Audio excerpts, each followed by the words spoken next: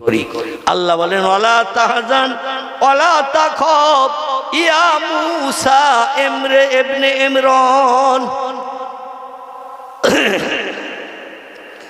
ও ইমরানের বেটা মূসা, কোনো ভয় নাই, কোনো চিন্তা নাই, আমি আল্লাহ তো আছি।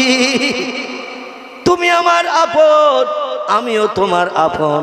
বিপদে পড়ে যদি আমি সাহায্য না করি, আমার নামের যে জব জেকের করতে যে, আমার নামের পরিচয় জনগণের কাছে দিতে যে, ও মূসা তুমি মার খাবে, গালি শুনবে, আর আমি আল্লাহ আরশ কুরসিতে বসে বসে দেখব।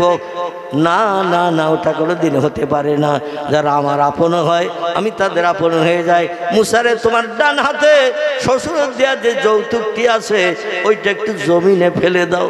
তফসিরে কেতাবে, তফসিরে কুরতুবি, তফসিরে মারিফুল কোরআন, তফসিরে বায়ানুল কোরআন, তফসিরে বাইজাবি, তফসিরে কাশফ, তফসিরে রুহুল বায়ান, বিখ্যাত বিখ্যাত তফসিরের কেতাবে লেখকেরা লিপিবদ্ধ করেছেন মূসা নবীর শ্বশুর যে লাঠিটা দিয়েছিল ওই লাঠিটা সামনে খাড়া করে ধরলে ওনার কাঁধ পর্যন্ত উঁচু হতো। কত দূর? কি জ্বালাই পড়লাম, একটু কথাও বলেন না। কাঁধ পর্যন্ত উঁচু হতো। এই লাঠিটার দৈর্ঘ্য ছিল 40 গজ। মূসা নবী আমাদের থেকে বেটে ছিল তো নাকি? এ কথা বলে। আমরা কত লম্বা? 3.5 হাত নাকি? 3.5 হাত। মূসা নবী যে লাঠিটা, শ্বশুরের দেওয়া লাঠিটা ব্যবহার করতেন, লাঠিটা সামনে খাড়া করে ধরলে কাপ পর্যন্ত উঁচু হতো। দৈর্ঘ্য ছিল 40 গজ। 40 গজ হাত বানালে কত হবে? 1 গজ ক হাত? পূর্ণ মানুষ তো এটা ভালো জানে, বয়স্ক মানুষ। এই 2 হাত, 1 গজে হয় 2 হাত, তো 40 গজ হলে ক হাত? 80 হাত। লাঠিটা লম্বা ছিল 80 হাত। সাগরের কিনারে দাঁড়িয়ে গেল নমরুদের দলবল, ফেরাউনের দলবল তাড়া করে আনছে মূসা নবী তার সঙ্গীদের। কম বেশি 18,000 বনি ইসরায়েল কমের মানুষ মূসা নবীর সঙ্গী হয়ে আসে। ফেরাউনের দেশে মিশরে আর থাকবে না, কারণ নবী মূসাকে ওই বনি ইসরায়েল কমের মানুষেরা মান্যতা দেওয়ার কারণে, আল্লাহর উপরে ঈমান আনার কারণে, মূসারে পয়গম্বর বলে মানার কারণে ফেরাউন দেশে ঘোষণা দিয়ে দিল, যার যা মেথরের দরকার হবে মূসার দলের লোক নাও, যার যা চাকরের দরকার হবে মূসা নবীর দলের লোক নাও, যার যা ধোপার দরকার হবে জামা কাপড় পরিষ্কার জন্য মূসা নবীর দলের লোক নাও, যার যা রান্না করার দরকার হবে, বিবি বাচ্চা সংসার জীবনে আনন্দ করবে আর খাবে, কারণ আমারে তোমরা খোদা বলে মেনেছো বলে। ফেরাউন বলেছিল আনা রব্বুকুমুল আলা, আমি হলাম সব খোদার বড় খোদা। এইটা যারা মান্যতা দেবে আমি তাদের বসিয়ে বসিয়ে খেতে দেব। এখন কাজকর্মগুলো তোমাদের করতে গেলে তো কষ্ট হবে, এই জন্য যারা আমারে খোদা বলে মানে না তারা মূসা নবীর দলের মানুষ। এই জন্য ওদের মেথরের কাজে লাগাও, চাকরের কাজে লাগাও, ঝিয়ের কাজে লাগাও, রাঁধুনির কাজে লাগাও, ধোপার কাজে লাগাও। পায়খানা করার পরে যদি পরিষ্কার করার দরকার হয় তাও ওদের দিয়ে পরিষ্কার করাও। ময়লায় তোমার হাত দিতে হবে না। জনগণ বলে পয়গম্বর, তোমারে পয়গম্বর বলে মানি আর তোমার আল্লাহ রে আল্লাহ বলে মানি। আরে এত জ্বালা যন্ত্রণা নির্যাতন ফেরাউনের দলবল দিচ্ছে, আমরা সহ্য করতে পারছি না। মূসা নবী রাতের বেলা ঘুম কামাই করে চিন্তা করে ঠিক করলেন, আমার শ্বশুর বাড়ির দেশের নাম হলো মাদায়েনের দেশ। মাদায়েনের দেশে আমার শ্বশুর পয়গম্বর। তো এই বেঈমান ফেরাউনের দেশ থেকে আমার আল্লাহরে যারা আল্লাহ বলে মানে, আমার যারা পয়গম্বর বলে মানে, লা ইলাহা ইল্লাল্লাহ মূসা কালিমুল্লাহ, এই কলেমা যারা পড়ে এদের আর অত্যাচারের মাঝখানে রাখবো না। এদের নিয়ে একদিন রাত্রি নীল দরিয়া পার হয়ে ওপারে চলে যাব। জোরে বলুন সুবহানাল্লাহ। যাতে ওদের আর মেথরের কাজ করতে না হয়, ধোবার কাজ করতে না হয়, চাকরের কাজ করতে না হয়, ঝিয়ের কাজ করতে না হয়, পায়খানা পরিষ্কার করতে না হয়। এই চিন্তা ভাবনার মূসা নবী বললেন একদিক থেকে যাওয়া যায় সাগরের উপর দিয়ে তাড়াতাড়ি। 1000 কিলোমিটার রাস্তা নীল দরিয়ার আর পাড়ি, মানে 750 থেকে 800 কিলোমিটার রাস্তা হলো আর পাড়ি। আর লম্বায় কত খোদাই জানে, ওটা আমি বলতে পারবো না, যার নাম হলো নীল দরিয়া। মুসা নবী বলল, সাগরের উপর দিয়ে যেতে গেলে এই 18,000 মানুষকে নিয়ে যেতে গেলে কত নৌকা ডিঙি লঞ্চ লাগবে, আবার নৌকা ডিঙিতে তো সাগর পাড়ি দেওয়া যাবে না, বড় বড় ঢেউ আসে আর ঢেউতে হয়তো তলিয়ে দেবে লোকজন থাকলে, বরং একটু সাইড দিয়ে ঘুরিয়ে যায়। কোন দিক থেকে? সাইড দিয়ে একটু ঘুরিয়ে যায়, পাহাড়ি এলাকা দিয়ে ঘুর পথে যাই, একটু বেশি সময় লাগলো, অসুবিধা নেই, সাগরে টাগরে নামবো না, কারণ সাগরে জলহস্তি আছে, কামট কুমির আছে, তিমি মাছ আছে, বড় বড় জীবজন্তু আছে, সাগরে আমরা নামলে যদি হালুম করে আলুর বস্তার মতো গিলিয়ে খাই বিপদ হয়ে যাবে। এই জন্য উনি একটু সাইডের রাস্তা দিয়ে ঘুরে যাওয়ার জন্য বনী ইসরাইল কওমের লোকদের আগাম জানিয়ে দিলেন আগের দিন, কালকের কিন্তু রাত্রে যখন ফেরাউন তার দলবল ঘুমিয়ে পড়বে ওই সময় আমরা রওনা দেবো আমার শ্বশুর বাড়ির দেশে, ওই দেশে গেলে আমরা নিরাপদে থাকতে পারবো। সবাই আনন্দাত্মরা খুশিতে ভাগ ভাগ। সন্ধ্যার পরে কেউ আর ঘুমোয় না, মানে এত জ্বালা যন্ত্রণা নির্যাতন ফেরাউনের দলবল ওদের দিচ্ছে। বাজারে যেয়ে বাজার করে মালগুলো মুসা নবীর দলের মাথা তুলে দেয়, মালগুলো আমার বাড়ি পৌঁছে দেয়, রাস্তায় যেন ফেলে দিস না, মালের যদি কোনো ডিস্টার্ব দেখা যায় পিঠের চামড়া উঠিয়ে দেব। সতর্ক মনে হয়ে মাথায় করে মালগুলো নিয়ে তাদের বাড়িতে পৌঁছে দিত, মজুরি 1 পয়সাও দিত না, কারণ ওরা সব ফেরাউনের দলের লোক। ওরা বলতো, আন্তা রাব্বি লা শাক্কা ফিহে, আপনি হলেন আমাদের প্রভু, এতে শস্য দানা পরিমাণ সন্দেহ নাই। চিল্লাই বলুন নাউজুবিল্লাহ। আহা, এখন ঘুরপথে রাস্তায় যাচ্ছেন, আচ্ছা 18,000 মানুষ সঙ্গে নেতৃত্ব দিয়েছেন মুসা, এই লোকজনের দায়িত্বভার মুসার পালন করতে হবে না? হবে না? কারণ মুসার কথায় যাচ্ছে তারা। মুসা নবী দুশ্চিন্তার মাঝখানে রাস্তা চলছে, এদের কোথায় বসবাস করার জায়গা দেব, এদের খাওয়া দাওয়ার ব্যবস্থা কোথায় কি করব। আমি যেমন খালি হাতে ওরাও তো তেমন খালি হাতে, এখন কোথায় যে বসবাসের জায়গা তাবু গেড়ে দেব, আর খাবার দাবারের ব্যবস্থা কোথায় করব। হাজার চিন্তা ভাবনা মগজে নিয়ে 18,000-এর মতো বনী ইসরাইল কওমের মানুষ নিয়ে যেতে যেতে রাস্তা ভুল হয়ে গেছে। মাঝে মধ্যে আমাদেরও রাতের বেলা রাস্তা ভুল হয় না? হয় না? কি হয় না? হয় না?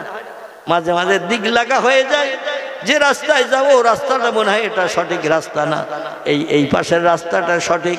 আমাদেরও মাঝে মাঝে দিক লাগা হয়। মুসা নবীর দিক লাগা হয়ে গেছে, আর সহসঙ্গী যারা তারা রাস্তাঘাট ভালো চেনে না, জানে না। মাদানের দেশে তারা কেউ যায়নি, মিশরের দেশেই বসবাস করত তারা। এখন চলতে চলতে রাস্তা যখন ভুলে গেল তখন ভোর হয়ে গেছে। এখন ওই সাইড পথের রাস্তা, সাগরের সাইডের পথের রাস্তায় না যে মুসা নবী নীল দরিয়ার মাঝখানে রাস্তায় এসে হাজির হয়েছে।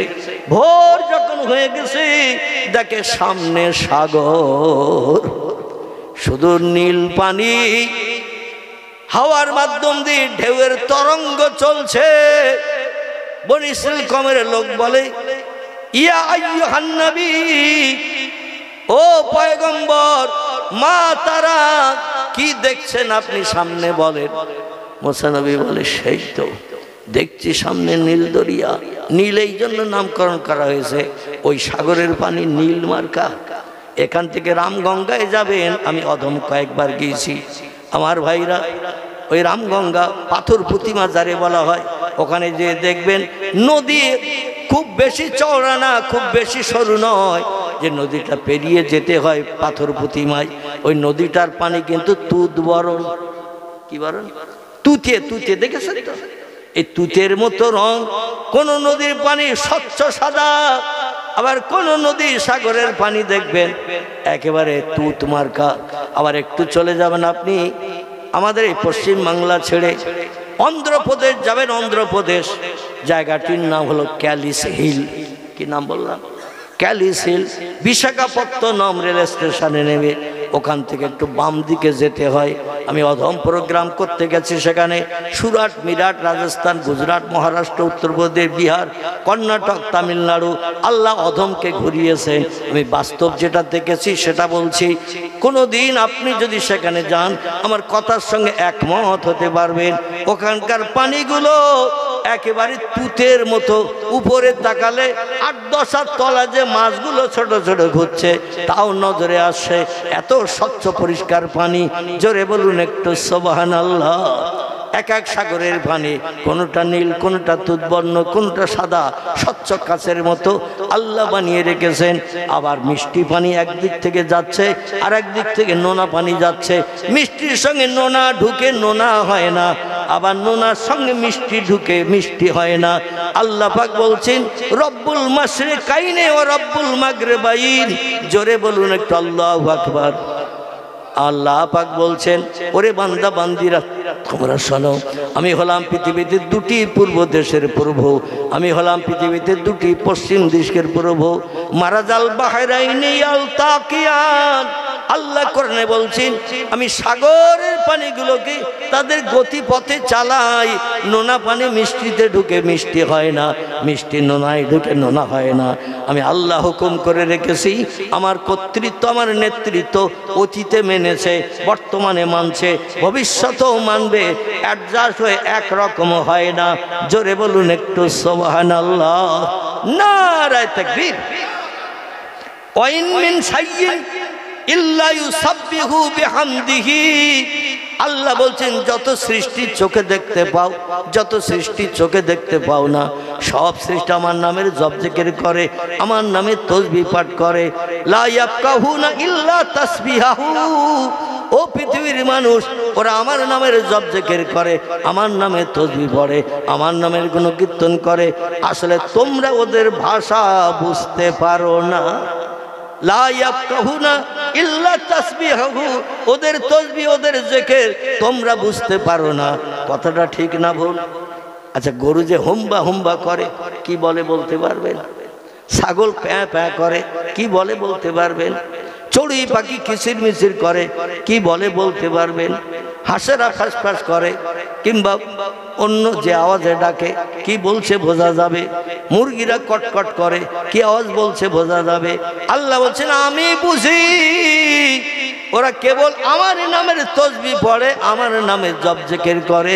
আমি ছাড়া আর কারো নামের প্রশংসা পৃথিবীর কোনো সৃষ্টি করে না।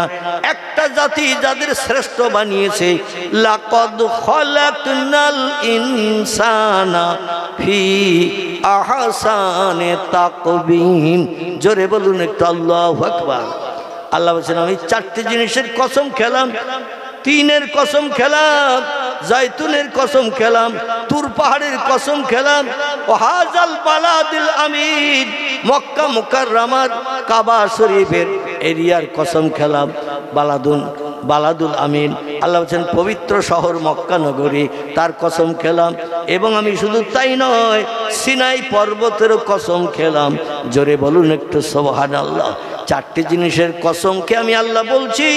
যত সৃষ্টি আমি বানিয়েছি, বাঘ, ভাল্লুক, হাতি, সিংহ, গন্ডার, ইঁদুর, কুকুর, বিড়াল, সাপ, বিচ্ছু, ব্যাঙ, মাছি, মশা, পিপিলিকা, কীটপতঙ্গ, জীবজন্তু, সাগর সলিল, গাছপালা, যা কিছু তোমরা দেখতে পাও, যা কিছু দেখতে পাও না, সব সৃষ্টির ভিতরে আমি সেরা করে বানিয়েছি মানুষকে।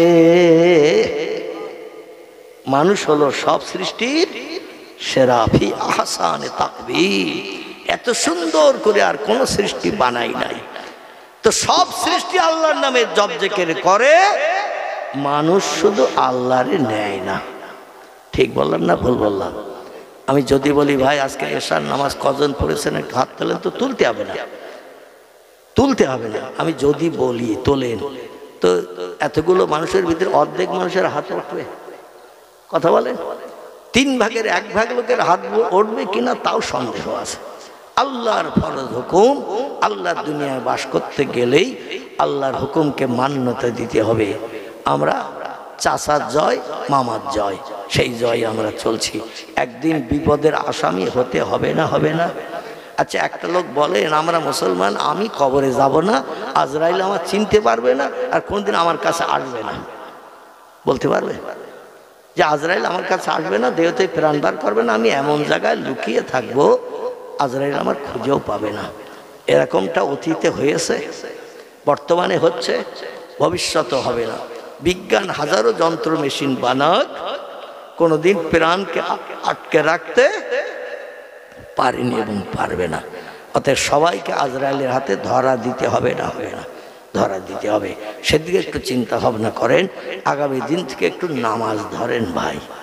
আমি অনুরোধ করে বলে যাচ্ছি, যদি পায়ে ধরতে বলেন নামাজ পড়বেন, আমি ইনশাল্লাহ আপনাদের হুকুমকে মান্যতা দিয়ে পায়ে ধরে বলবো। কারণ হাসরের মাঠে বিপদে পড়বেন, সেদিন কিন্তু ছেলে আপনার হবে না, মেয়ে আপনার হবে না, স্বামী স্ত্রী হবে না, স্ত্রী স্বামীর হবে না। আল্লাহ সেটাও কোরআনে কোট করে দিয়েছেন। বিসমিল্লাহির রহমানির রহিম।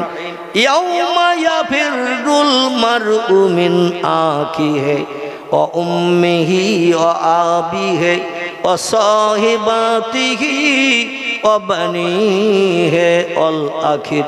জোরে বলুন একটু আল্লাহু আকবার।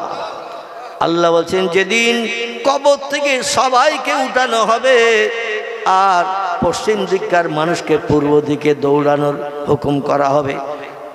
কাবা শরীফের পশ্চিম দিকে যারা, ওরা দৌড়ে আসবে পূর্ব দিকে। কাবা শরীফের দক্ষিণে যারা আছে ইয়ামানের দেশ, ওদিক থেকে যারা আসবে উত্তর দিকে দৌড়াবে। আবার কাবা শরীফের উত্তরে যারা আছে রিয়াদের দেশ, শাম, সিরিয়া, মরক্কো ইত্যাদি দেশ, ওদিককার মানুষেরা দক্ষিণ দিকে দৌড়বে। জায়গা হবে আরাফাতের মাঠ। কি জায়গা হবে? পূর্ব দিক থেকে আমরা যারা দৌড়িয়ে যাব, ওই পর্যন্ত যে আমাদের ক্ষান্ত হতে হবে। তবে সাগর পাড়ি দিতে হবে না। ওয়াতাকুনুল জিবালু কাল ইহনিল মানফুস। আল্লাহ বলছেন যাতে সাগর পাড়ি দিতে না হয়, আরব সাগর পাড়ি দিয়ে সৌদি আরবের দেশে আরাফাতে যেতে না হয়, মিনা ময়দানের কাছাকাছি যেতে না হয়। এই জন্য দুনিয়ার বড় বড় পাহাড়গুলো আমি ইসরাফিলের সিঙ্গার ফুৎকারে তুলার মতো উড়িয়ে দিয়ে সাগরগুলো সব ভরাট করে দেব। এক পা তুলবে, 1000 পা গিয়ে নিয়ে যাব, তাড়াতাড়ি হাসরের মাঠে পৌঁছে দেব। জোরে বলুন আমিন। সেদিন বাপ ছেলের হবে না, ছেলে বাপের হবে না, মা মেয়ের হবে না, মেয়ে মায়ের হবে না, ভাই বোনের হবে না, বোন ভাইয়ের হবে না।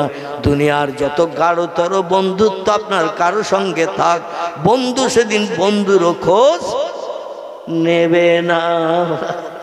সেদিন নিজের জ্বালায় ব্যস্ত হয়ে হাসরের মাঠে সূর্যের রৌদ্রে দৌড়াদৌড়ি ছুটাছুটি করতে হবে। একদিন নয়, 2 দিন নয়, 3 দিন নয়, সূর্য মানুষের মাথার উপরে 1 মাইল উপরে এসে অবস্থান করবে। কতটা? তিরমিজি, আবু দাউদ শরীফের হাদিস। নবী বলছেন সূর্য আসমানের উপর থেকে নামতে নামতে, বর্তমান সূর্য কোথায় বিজ্ঞানীরা এখনো তথ্য দিতে পারে নাই। তবে সূর্য আলো দিচ্ছে যেখান থেকে, পৃথিবীর জমিনে আসতে 8 মিনিট সময় লাগে। এই 8 মিনিটের ভিতরে সূর্য যেখান থেকে আলো দিচ্ছে, এ নিয়ে বিজ্ঞান রিসার্চ করে বলছে 9,30,00,000 মাইল দূরে সূর্য আছে। পয়গম্বর মুহাম্মদ রাসূলুল্লাহ বলছেন কোথায় আছে তোমরা জায়গার নাম বলো। এখান থেকে 1450 বছর আগে পৃথিবীর তৌরিত পড়া লোক, জব্বুর পড়া লোক, ইঞ্জিল পড়া লোক, সাহিত্য রচনা করা লোক, এমনকি ইতিহাস লেখা লোক, কবিতা লেখা লোক, তাদের কাছে জিজ্ঞাসাবাদ করেছিল। ওরা এক কথাই বলেছিল লা আদরি ইয়া মুহাম্মদ ইবনে আব্দুল্লাহ, ও আব্দুল্লাহর বেটা মুহাম্মদ, সূর্য কোথা থেকে আলো দিচ্ছে জায়গার নাম বলতে পারবে না। নবী বললেন আমি মুহাম্মদ রাসূলুল্লাহ জানি, আল্লাহ আমাকে সব জ্ঞানে অবগত করিয়েছে। পয়গম্বর মুহাম্মদ রাসূলুল্লাহ এই মাসের আগের মাসটির নাম ছিল রজব। কি মাস? রজব। রজব রজব এই রজব মাসের 26 তারিখের দিনগত রাত পয়গম্বর মুহাম্মদ রাসূলুল্লাহকে আল্লাহ পাক নিজের খাস কোয়ার্টার আরশ কুরসিতে হাজির করিয়েছিলেন। সামনাসামনি আল্লাহ এবং পয়গম্বর বসে আবার গল্প গুজব করছেন, জীবনের দুঃখের কথা নবী আল্লাহকে জানাচ্ছেন। আপনার দিনের দাওয়াত দিতে যে, আপনার নামের কলেমা মানুষের কাছে বলতে যে, দেহের এমন কোনো জায়গা নাই যেখানে পাথরের আঘাতকে দগদগে ঘা হয় নাই, সারা দেহ রক্তে জামা কাপড় ভিজে গেছে। অনেকদিন আমি মুহাম্মদ বেহুশ হয়েও 3 ঘন্টা 4 ঘন্টা পাহাড়ের কিনারায় পড়ে থেকেছি। বলে একমাত্র আমার অপরাধ, আমি বলেছিলাম কুলু লা ইলাহা ইল্লাল্লাহু মুহাম্মাদুর রাসূলুল্লাহ। নবীকে জীবনে মিথ্যা কথা বলেছে, কারো মালে না বলে হাত দিয়েছে, কারো গালে চড় মেরেছে, জীবনে মদের গ্লাসে হাত দিয়েছে, সুদের টাকা নিয়েছে, কোনো সুন্দরী নারীকে পাশে নিয়ে পাহাড়ের ধারে গল্প করেছে। বিশ্ব নবীর চরিত্র ছিল সাদা কাপড় মার্কা। সেই নবীর একটাই অপরাধ, কলেমার দাওয়াত দিয়েছে। তাই ওদের খোদা ছিল 360টা। কটা বললাম? তফসিরের কিতাবে লেখা হয়েছে মক্কাবাসীদের পূর্ব খোদা ছিল তখন 360টা। এদের ভিতরে 5টা খোদা ছিল হাই পাওয়ারের বড়। কটা? 5টা খোদা ছিল হাই পাওয়ারের বড়। কারবা নাম লাত, কারবা নাম উজ্জা, কারবা নাম হবল, কারবা নাম মন্নাত, কারবা নাম দেবল। এই 5টা খোদা ছিল বড় হাই পাওয়ারের, আর 355টা ছিল লো পাওয়ারের নরমাল। মানুষ জীবনের দুঃখ দুর্দশা নিবারণ করতে যে, সমস্যার সমাধান করতে যে কাবা শরীফের দরজা তালা খুলে কাবার ভিতরে ঢুকে ওই সব ঠাকুরগুলো প্রতিমাগুলো পাথরের কেউয়া কেউয়া মাটির বানানো, দেওয়ালের গায়ে সব টানানো ছিল কাবা ঘরের ভিতরে। এই কাবা ঘরের এরিয়াটা 33 ফুট লম্বা, 33 ফুট আড়, 33 ফুট উঁচু। যেদিকে তাকাবেন মেকার একই রকম। জোরে বলুন সুবহানাল্লাহ। যেদিকে তাকাবেন, উপরের দিকে তাকাবেন নাকি, ডাইনে তাকাবেন নাকি, বাঁয়ে তাকাবেন, সামনে তাকাবেন, আড়ে লম্বায় উঁচুতে সব দিকে মেকার একই। এই 22 হাত লম্বা, 22 হাত আড়, 22 হাত উঁচু। এরই ভিতরে প্রতিমাগুলো সব টানিয়ে রেখেছিল সমস্যার সমাধানের জন্য। নর্মাল খোদার কাছে ওরা কোনোদিন যেত না। বলে আমার যে সমস্যা, যে বিপদ, ও ছোট খোদা পারবে না, এজন্য বড় খোদার কাছে দিয়ে সেজদায় গড় হয়ে পড়তো। নবী বললেন পাথর মাটি আল্লাহ সৃষ্টি, আর এই পাথর মাটি বানিয়েছেন যিনি, তিনি হলেন আল্লাহ সুবহানাহু ওয়া তাআলা। সে আল্লাহর নামের তসবিহ পড়ো, আল্লাহর নামের জপ করো, ঈমান আনো আল্লাহর উপরে। সব সমস্যার সমাধান পূর্বতন পয়গম্বরদের যিনি করেছেন, তোমাদেরও সব সমস্যার সমাধান করে দেবে। জোরে বলুন একটু সুবহানাল্লাহ। নবী শত্রু হয়ে গেল। আমার ভাই এতদিন ছিল ওদের আপনজন। বিশ্ব নবীর আদর্শ চরিত্র আখলাক ব্যবহার দেখে নবীজিকে 2টি সার্টিফিকেট দিয়েছিল কলেমার দাওয়াত দেওয়ার আগে। একটি সার্টিফিকেটের নাম হলো আল আমিন, একটি সার্টিফিকেটের নাম হলো আস-সাদিক, একটা সার্টিফিকেটের নাম হলো বিশ্বাসী। মোহাম্মদ বিশ্বাসী, কোনদিন বিশ্বাস হারা করে না, যার সঙ্গে কথা দেয় কথার মর্যাদা রাখে, হলো পূর্ণ ইমানদার বিশ্বাসী। 2 নম্বর হলো আস-সাদিক, মোহাম্মদ হলো সত্যবাদী, জীবনে কোনোদিন মিথ্যার আশ্রয় নেয় না। আমার ভাইরা, সেই পয়গম্বর মুহাম্মদ রাসূলুল্লাহ আল্লাহর দরবারে যে ঘাত প্রতিঘাতের কথাগুলো বলতে শুরু করেছেন, আল্লাহ পাক বিশ্ব নবীকে সান্ত্বনা দিচ্ছেন। গল্প করতে করতে তাফসীরে কুরতুবীর ভিতর লেখক লিখেছেন, তাফসীরে জালালুল কোরআনের ভিতর আল্লামা কুরতুবী রাহমাতুল্লাহ লিখেছেন 27 বছর সময় লেগে গিয়েছিল নবী আর আল্লাহর সঙ্গে কথা বলতে। জোরে বলুন একটু সুবহানাল্লাহ। ক বছর? 27 বছর। আল্লাহ বলেন সূর্য যেখানে আছে দাঁড়িয়ে যাও, চাঁদ যেখানে আছে দাঁড়িয়ে যাও, রাত যেখানে আছে দাঁড়িয়ে যাও, দিন যেখানে আছে দাঁড়িয়ে যাও, সাগরের জোয়ার যেখানে আছে দাঁড়িয়ে যাও, ভাটা যেখানে আছে দাঁড়িয়ে যাও। কেউ যেন নড়াচড়া করবি না, কারণ আজকের প্রেমিক প্রেমিকার গল্প হচ্ছে। টু শব্দ কেউ করবি না, যাতে আমাদের গল্পের ব্যাঘাত হয়। গল্পের যদি ব্যাঘাত হয় উপযুক্ত শাস্তি পাবি। সব সৃষ্টি কার বানানো? আল্লাহর বানানো। তা আল্লাহ বলেছেন, ওরা কি আল্লাহর হুকুমের খেলাফ করবে? খেলাফ করবে না। সময় লেগে গেল 27 বছর। এমনকি পয়গম্বর মুহাম্মদ রাসূলুল্লাহ সাল্লাল্লাহু আলাইহি সাল্লাম মক্কার কাবা চাতলের আমাদের পূর্ব দিক থেকে, কোন দিক থেকে?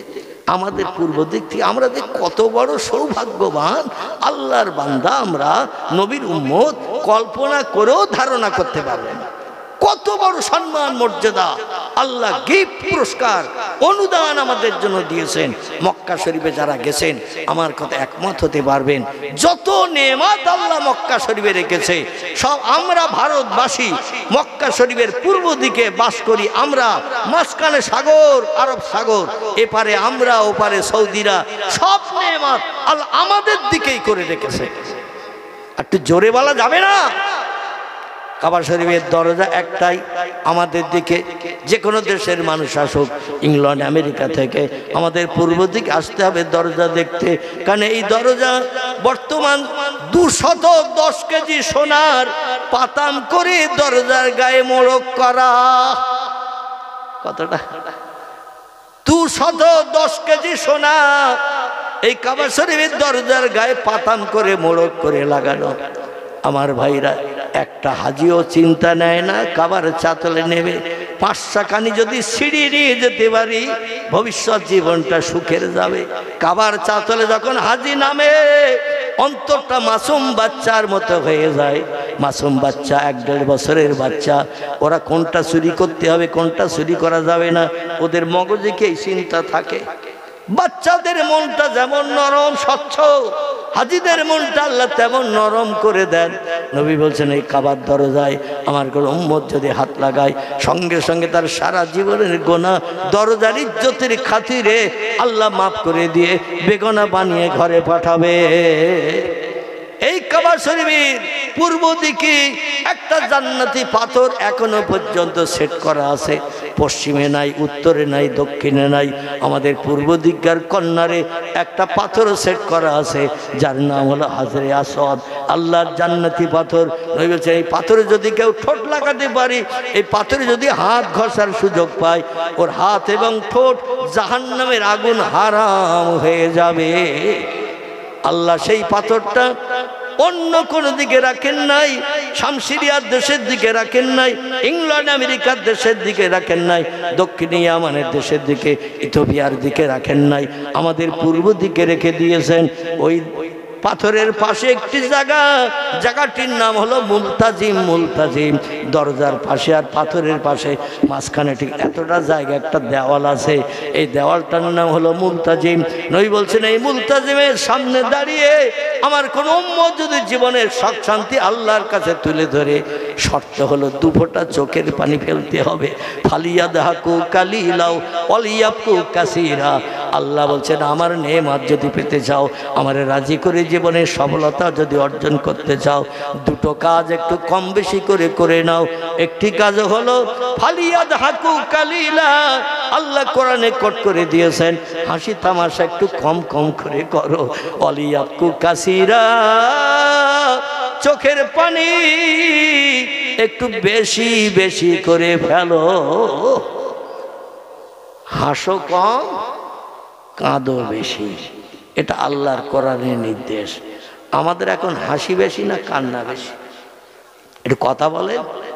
সব ঘুমিয়ে পড়েছেন পেছনে, সময় বোধহয় অনেক হয়ে গেছে নাকি? ও আল্লাহু আকবার, দেখতে দেখতে 11টা হয়ে গেছে। আর খুব বেশি দেব না, আবার থলির ডান্ডা ছিঁড়ে যাওয়ার ভয় আছে। বেশি দিলে আবার ডান্ডা ছিঁড়ে যাবে, বাড়ি পর্যন্ত পৌঁছাবে না, এজন্য একটু কম দেওয়া ভালো। তো একটু খুব সংক্ষেপ 2-5 মিনিট বলবেন, 2-5 মিনিট বলবেন, যদিও রাত 11টা বেজে গেছে, তবু 2-5 মিনিট একটু তথ্য দিই। কাবা শরীফের পূর্ব দিকে মাকামে ইব্রাহিম নামক একটা ঘর করা আছে। কি করা আছে? হাজি সাহেব যারা হজ করেছেন আমার কথা একটু সাড়া দেবেন, তত্ত্বটা ভুল হয়ে গেলে সঙ্গে সঙ্গে ধরে দেবেন, আমি সংশোধন করে নেব। তবে আল্লাহ পাক অধমকে 3-3টি বার নবজির দেশ দেখার তৌফিক দান করেছেন, যেটা বাস্তবে দেখেছি সেটাই আপনাদের কাছে তথ্য দিচ্ছি। আশা রাখি একটা তথ্য ভুলে ভরা হবে না, জোরে বলুন আমিন।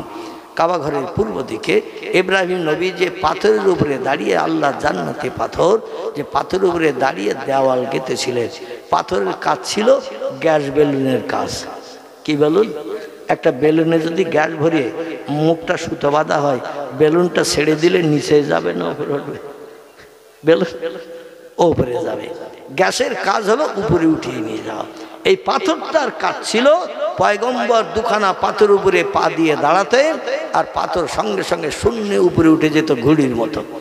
যখন যেদিকে দেওয়াল গাঁথার দরকার হতো, পাথর সেই দিকে ঘুরে ঘুরে দেওয়ালের পাশ দিয়ে ঘুরে যেত। পয়গম্বর ইব্রাহিম নবীর বেটা, যার নাম ছিল ইসমাইল, যার বংশে আমাদের পয়গম্বরকে আল্লাহ পৃথিবীতে পাঠিয়েছেন, জোরে বলুন একটু সুবহানাল্লাহ। ইসমাইলের বয়স তখন 6.5 বছর। কত? 6.5 বছর বয়সের বাচ্চা। এই বাচ্চা হলেন জোগাড়ে, আর রাজমিস্ত্রি হলেন পয়গম্বর ইব্রাহিম নবী। ইব্রাহিম নবী পাথর উপরে দাঁড়িয়ে উঁচু করে দেওয়াল গাচ্ছে, তার বংশ নসল ঘরে ঢুকলে যেন ছাদ মাথায় না লাগে, তাই 33 ফুট উঁচু করে দেওয়াল গেতে তার উপরে ছাদ দিয়েছিলেন। জোরে বলুন একটু সুবহানাল্লাহ।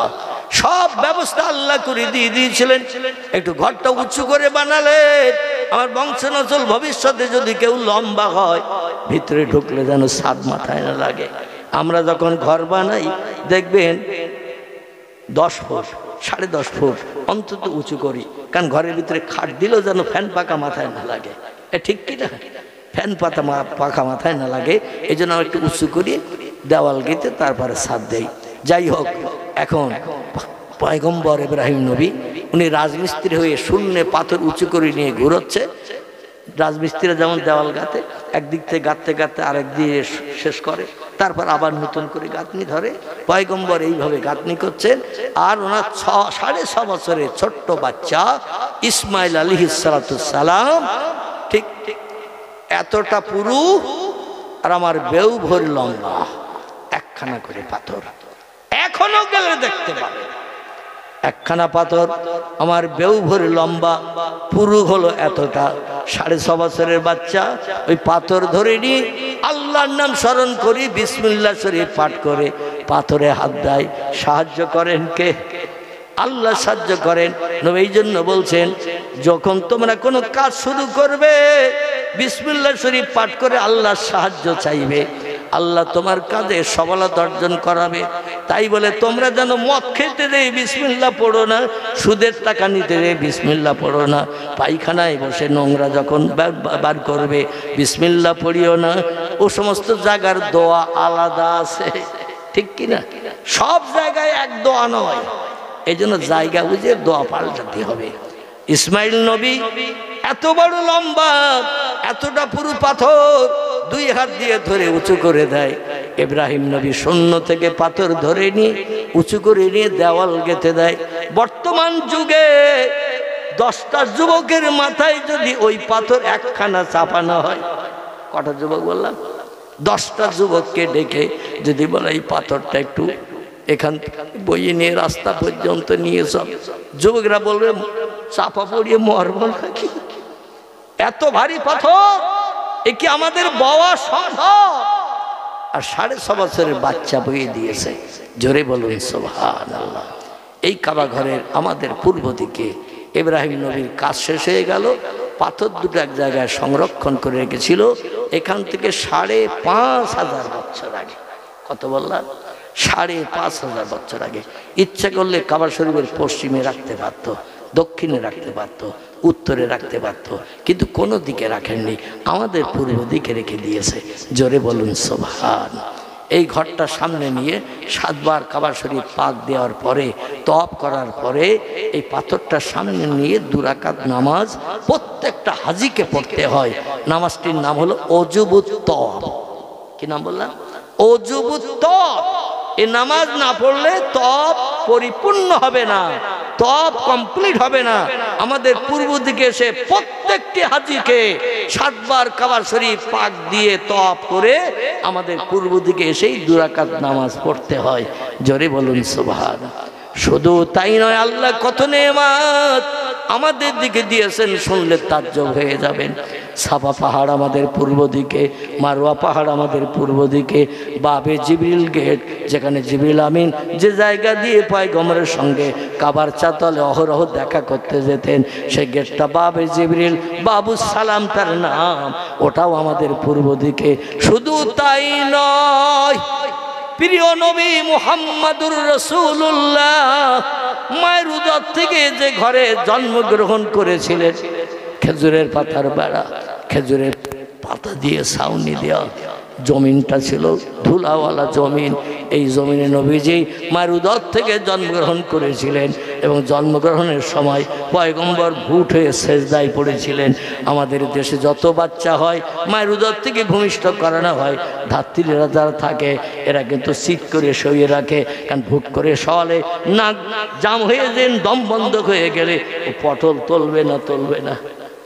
যদি ভুট করে শোয়ানো হয়, নাক চেপে গেলে, নিঃশ্বাস নিতে না পারলে ওই শিশু বাচ্চা সদ্যজাতা ও তো দুনিয়া থেকে বিদায় নেবে। একজন ব্যক্তি কেবল ভূত হয়ে শুয়েছিলেন জন্মের পর, দুনিয়ার কোনো ধাত্রীও যায়নি জন্মগ্রহণ করাতে। তাফসীর কারুকারা লিখেছেন সিরাত ইবনে হিশাম, আসাহুসিয়ার, সিরাতুন নবী, সিরাতে মুস্তাফা, বিশ্ব নবীর বিভিন্ন জীবনী গ্রন্থে লেখকেরা লিখেছেন পয়গম্বর মুহাম্মদ রাসূলুল্লাহর জন্মগ্রহণের সময় আল্লাহ পাক জান্নাত থেকে 4 জন জান্নাতি নারীকে পাঠিয়েছিলেন। বসিরহাট আল্লামা হুজুর মিলাদে মুস্তাফা নামক কিতাবে 2 জন নারীর কথা লিখেছেন। অন্যান্য বর্ণনাকারীরা কেউ বা 3 জন, কেউ বা 4 জনের কথা লিখেছেন। একজনের নাম হযরতে মা হাওয়া আলাইহিস সালাম, হযরতে আদম নবীর বিবি। আর একজনের নাম এমন করে হযরতে আসিয়া, ফেরাউনের স্ত্রী, জান্নাতি নারী, জোরে বলুন একটু সুবহানাল্লাহ। আরেকজন নারীর নাম হযরতে মরিয়ম, ঈসা নবীর মা, জোরে বলুন একটু সুবহানাল্লাহ। আমার ভাইরা, এইভাবে হযরতে রহিমার নাম কেহবা করেছেন মুসা নবীর বোন, তারও নাম ছিল মরিয়ম, তারও নাম করেছেন। এক একজন এক এক রকম নারীর নাম করেছেন। আল্লামা হুজুর মিলাদে মুস্তাফা নামক কিতাবে লিখেছেন 2 জন নারী ধাত্রী হিসেবে এসেছিল জান্নাত থেকে। একজনের নাম আসিয়া, ফেরাউনের বিবি, আর একজনের নাম মরিয়ম, ঈসা নবীর মা। 2 জন এসে সন্তান প্রসব করে দিলেন। দুনিয়ার কোনো মেয়েরা চান্স পায়নি মামিনার বাচ্চা হবে, নাউজুবিল্লাহ, গুপ্তাঙ্গ দেখবে এবং দেহের অঙ্গ প্রত্যঙ্গ দেখবে, আল্লাহ ওটা পছন্দ করেনি। নবীর ইজ্জত সম্মানের খাতিরে জান্নাতি নারী পাঠিয়েছেন, যারা পৃথিবীতে কোনোদিন আসবে না, কারো কাছে তথ্য দেওয়ার সুযোগ পাবে না। জোরে বলুন একটু সুবহানাল্লাহ।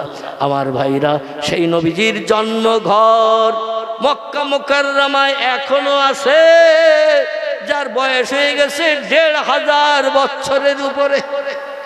মক্কা শরীফে আবু বকরের ঘর ছিল, ওমরের ঘর ছিল, ওসমানের ঘর ছিল, আবু তালেবের বেটা আলীর ঘর ছিল, আব্দুর রহমান বিন আউফের ঘর ছিল, সাদ বিন আবি আক্কাসের ঘর ছিল, জুবাইরের ঘর ছিল, তলহার ঘর ছিল, সাদ বিন মাযের ঘর ছিল। সব ঘরগুলো মক্কা শরীফে সৌদি সরকার ভেঙে চুরমার করে দিয়ে জায়গা ক্লিয়ার করে দিয়েছে হাজিদের নামাজ পড়ার সুবিধা করার জন্য। যতদিন যাচ্ছে মানুষের ভিড় বেশি বেশি হওয়ার কারণে পাহাড় পর্যন্ত কেটে ক্লিয়ার করে দিয়েছে সিবি গাড়ি দিয়ে। পাহাড়ের টুকরাগুলো নিয়ে নিয়ে পরিষ্কার করে জায়গা ক্লিয়ার হচ্ছে। কিন্তু 2টো ঘর এখনো পর্যন্ত মক্কা শরীফে বিরাজমান এবং আমার ধারণা কিয়ামত পর্যন্ত থাকবে। জোরে বলুন একটু সুবহানাল্লাহ। একটি ঘর হলো প্রিয় নবী মুহাম্মদ রাসূলুল্লাহ যে ঘরে ধরার পক্ষে জন্মগ্রহণ করেছিলেন, সৌদি সরকার ও ঘরটা এখনো ভাঙেনি এবং আগামীতেও ভাঙবে বলে মনে হয় না। ওই ঘরটা এখনো আছে। তো বিশ্ব নবী যে ঘরে জন্মগ্রহণ করেছিলেন, খেজুরের পাতার ডাঁটা দিয়ে বেড়া দেওয়া। আমাদের দেশে অনেকের ঘর কুঞ্চির বেড়া দেওয়া থাকে না, দরমা দেওয়া, পাটকাঠি দিয়ে বেড়া দিয়ে ঘর বানায় না। এখন আর পাটকাঠি টাটকাঠি নেই, এই জন্য চাষের বেড়াটা দিয়ে গরিব মানুষ, দুস্থ মানুষ, আপনজন কেউ নাই, ঘর বাঁধার সুযোগ নাই। এই জন্য কমজোরি ঘরটার আমাদের দেশে যেমন বানানো হয়, সে যুগে আমিনার অবস্থা ছিল এই রকম। এই জন্য খেজুরের পাতার ডাঁটা দিয়ে বেড়া দেওয়া আর খেজুরের পাতার ছাউনি দিয়ে ঘর ছাওয়া। বর্ষার পানি হলে মামিনা বলছেন আল্লাহি লা শাক্কা ফিহে, আমি সেই খোদার কসম খেয়ে বলি, সূর্য যখন দিনের বেলা আলো দিত আমার টোটাল ঘরটায় সূর্যের রৌদ্র পড়তো। এমন পুরু করে ছাওয়া, পুরু বলবো না হালকা বলবো? হালকা পুরু হলে তো রোদ পড়বে না, এমন হালকা করে খেজুরের পাতা দিয়ে ছাওয়া। কারণ সেই দিয়েছিল নবীর চাচারা। কারা? নবীর চাচারা। নবীর বাবা তো বিদায় হয়ে গেছে, দুনিয়ায় নাই। এই জন্য স্ত্রীর জন্য ঘর বানিয়েছেন এমন করে ভাসুর দেওয়ারেরা। কারবা নাম হারেস, কারবা নাম মোকাবেম, কারবা নাম হামজা, কারবা নাম আব্বাস, কারবা নাম আবু তালেব, কারবা নাম আবুল আহাব। আমার ভাইরা কারবা নাম আব্দুল্লাহ। আব্দুল্লাহ বিদায় নিয়েছেন আর বাকি 9 জন ভাই বেঁচে ছিল। মামিনা থাক এটা তারা চাইছিল না, কিন্তু বাবার কথার কারণে বাধ্য হয়ে তারা আমিনাকে থাকতে দিল। তাই বলল আমরা এমন ঘর বানিয়ে দেব আমিনা যাতে সুখে বসবাস করতে না পারে। জ্বালা যন্ত্রণা নির্যাতন অত্যাচার পাওয়ার কারণে আমিনা ইয়াসরিবের দেশে, যার বর্তমান নাম হলো মদিনাতুল মুনাওয়ারা, ওইখানে বাপের বাড়ি চলে যায়। আমরা সুখী জীবন গঠন করতে পারবো। কারণ আমিনার দেহের ভিতরে একটা কঠিন ছোঁয়াচে রোগ, মারাত্মক বেমারি আছে, যে রোগটা স্বামী স্ত্রী এক জায়গায় ঘরে থাকার কারণে আব্দুল্লাহ দেহে রোগটা ধরেছে। আর ধরার কারণে ব্যবসা করে ফিরে বাড়ি আসার পথে আব্দুল্লাহ আসারকে পুলিশ আর মরেছে। ছোঁয়াচে রোগ আমিনার দেহে আছে, সেই দেহ থেকে আব্দুল্লাহর দেহে চলে গেছে, আব্দুল্লাহ মারা গেছে। আমিনা যদি এখানে থাকে ওই রোগ আমাদেরও ধরতে পারে। আল্লাহ বলেন, ও মক্কার অধিবাসী আব্দুল মুত্তালিবের ছেলেরা, আমিনার সম্পর্কে যে ভুল ধারণা করছো, আসলে আমি আল্লাহ এখন কিছু বলবো না। তোমরা আমিনার ঘরের ধারে পাশে আসো না, আমিনার সঙ্গে কথা বলতে চাও না। কারণ গায়ের হাওয়া, মুখের কথা হাওয়া যদি তোমাদের গায়ে লাগে তোমাদের দেহে রোগ ধরতে পারে, এই ভয়ে আমিনার ঘরের ধারে পাশে যাও না। তবে শোনো, তোমরা যে সার্কুলার দিয়েছো মক্কা নগরীতে, আমিনা ছোঁয়াচে রোগিনী, কলঙ্কিনী, স্বামী খেগো, এই যে আমিনার নামে বদনাম দিয়েছ, এতে আমিনার একটু লাভ হবে। জোরে বলুন একটু সুবহানাল্লাহ। মক্কা নগরীতে অনেক নেকড়ে বাঘ আছে, মক্কা নগরীতে অনেক লম্পট আছে, মক্কা নগরীতে অনেক লম্পট যুবক আছে, চরিত্রহীন যুবক আছে। তারা তোমরা যে সার্কুলার দিয়েছো আমিনার নামে, ওরা মনের ভুলো আমিনার ঘরের ধারে পাশে আসবে না। কেন স্বামী দুনিয়ায় নাই, একাই থাকে ঘরে, কোনো বাচ্চা কাচ্চা নাই। রাতের অন্ধকার হয়ে গেলে লম্পটেরা, চরিত্রহীনরা, ওরা মা মাসি জ্ঞান করে না। সেই সময় নবী ধরার পক্ষে দুনিয়া এসেছিল ওরা।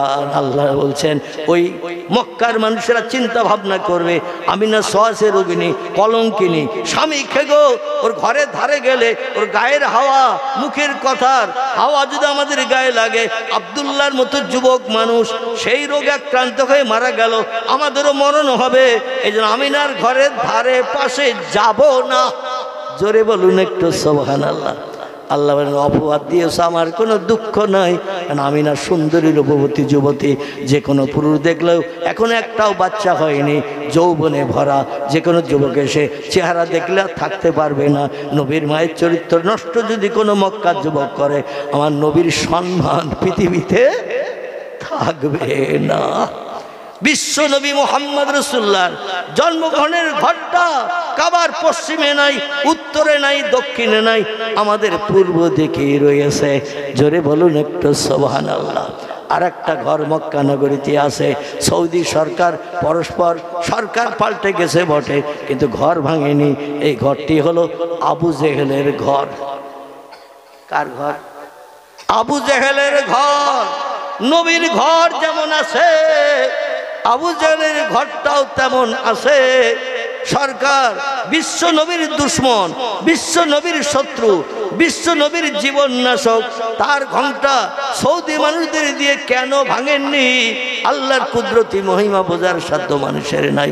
সৌদিদের মনের ভিতরে আল্লাহ এমন একটা জ্ঞান দান করে দিয়ে দিয়েছে যে সারা জীবন নবীর সঙ্গে শত্রুতা করলো, নবীর বিরুদ্ধে মন্তব্য করলো, নবীর বিরুদ্ধে লড়াই করলো, বদরের যুদ্ধ করলো, ওহদের যুদ্ধ করলো, খন্দকের যুদ্ধ করলো, তবুকের যুদ্ধ করলো। মক্কার মুশরিকরা, এর লিডার ছিল আবু জেহেল। আবু জেহেল ওর ঘরটা ভেঙে আর খালি করে ওই জায়গায় নামাজ পড়ার জায়গা করো না, বরং বিদেশি যত দেশের মুসলমান হজ করতে আসবে, ওদের কাজায় হাজাতের প্রয়োজন হলে, পেশাব লাগলে, পায়খানা লাগলে, আবু জেহেলের ঘরের এরিয়াটায় পায়খানা ঘর বানিয়ে দাও।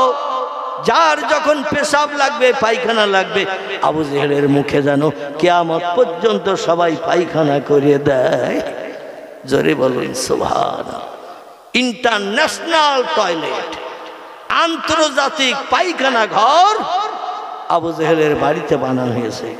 শত শত, হাজারেরও উপরে, 3 তলা। কতলা? 3 তলা পায়খানা ঘর। এতে সাবান পানি, গরম পানি, ঠান্ডা পানি, যা চাইবেন তাই পাবেন প্রত্যেকটি বাথরুমের ভেতরে।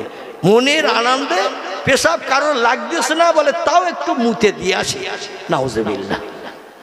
মানে পেশাব লাগে না তাও একটু পেট ব্যথা করলেই দৌড়িয়ে যায়। আবু জেহেলের মুখে একটু পায়খানা না করে কি করে বাড়ি যায়? যে নবীর দুশ্মনী করেছে। আমার ভাইরা, আর বলবো না, আর বলবো না, অনেক লম্বা হয়ে গেছে। দেখতে দেখতে 11:30 বাজতে যায়। সকলে একটু দাঁড়িয়ে যান, সোনার মদিনায় নবীজির দরবারে একটু প্রাণ ঢালা সালাম পাঠাই। ইয়া নবী।